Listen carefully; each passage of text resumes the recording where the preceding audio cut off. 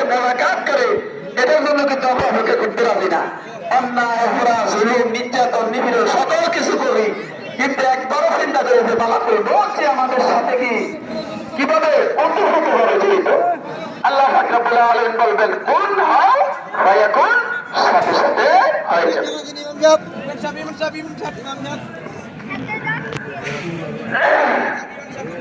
সম্মানিত হাজিরিন,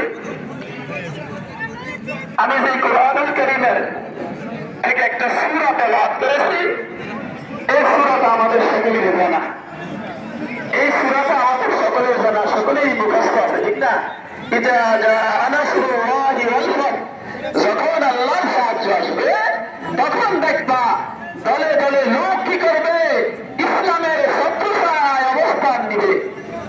আল্লাহ পাক রব্বুল আলামিন নবী মুহাম্মদ রাসূলুল্লাহ সাল্লাল্লাহু আলাইহি ওয়াসাল্লামকে উদ্দেশ্য করে বলেন যে আপনি কি করেন, সবর করেন, আপনি কি করেন, তওবা করেন, যে আল্লাহর শুকরিয়া আপনি কি করেন, আদায় করেন। আপনারা দেখেন, আমরা দেখি, দেখেন জামাতে কিন্তু দলে দলে লোক এসে অবস্থান নিতেছে, আল্লাহর সাহায্য। আবার দেখা যায় যে আজকের এই ঈদের জামাত থেকে অনেকে বঞ্চিত হবে। কিসের কারণে? আল্লাহর সাহায্য তার কাছে আসে নাই, অবশ্যই আসছে। কোরআনের বাণী তার কাছে পৌঁছে নাই, অবশ্যই পৌঁছে, কিন্তু আল্লাহ সে হেদায়েতের রাস্তায় আসে নাই, আল্লাহ তাকে হেদায়েত দেয় নাই। এই রমজান শরীফ সম্পর্কে অনেকটা আলোচনা আসতে হয়েছে, নামাজের বিষয়ে, মসজিদের বিষয়ে, রমজানের বিষয়ে, কিন্তু আজকের মুখ্য, আজকে কিন্তু বিষয়টা হলো পুরস্কার দিবসের।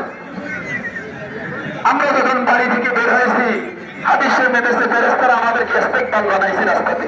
প্রত্যেকটা রাস্তায় যে যে দিক থেকে আমরা কি করেছি, ছুটে আসছি, সেই পথের মাঝে আল্লাহর রহমতের ফেরেশতারা আমাদেরকে কি করেছেন, অভ্যর্থনার জন্য কি করেছেন, তারা সারিবদ্ধভাবে দাঁড়িয়েছেন আমাদেরকে ইস্তেকবাল দেওয়ার জন্য, মুবারকবাদ দেওয়ার জন্য, যে আপনারা আসুন, আপনার প্রভু আপনাদের মোলাকাতে কি করতেছেন, অপেক্ষায় আছেন।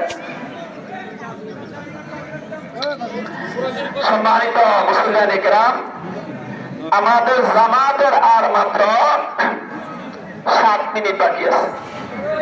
জামাতের আমাদের 7 মিনিট বাকি আছে। ইনশাআল্লাহ তাআলা আমরা নির্দিষ্ট সময় কি করব, জামাত পরিচালনা।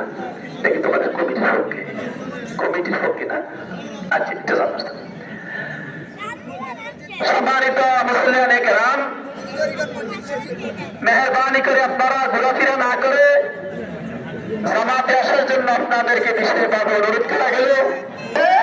যত প্রশংসা হইতেছে এবং যত প্রশংসা হবে, সকল প্রশংসার একমাত্র মালিক হলেন আমার আল্লাহ।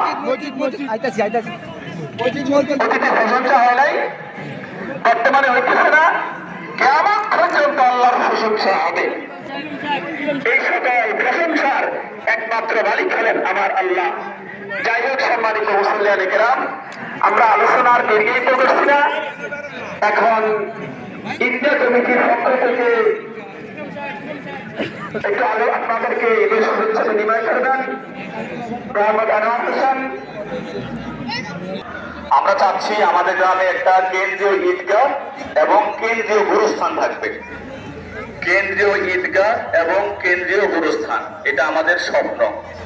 আপনারা যদি সবাই সহযোগিতা করেন, আমরা আশা করি এটা আমাদের জন্য অসম্ভব কিছু না।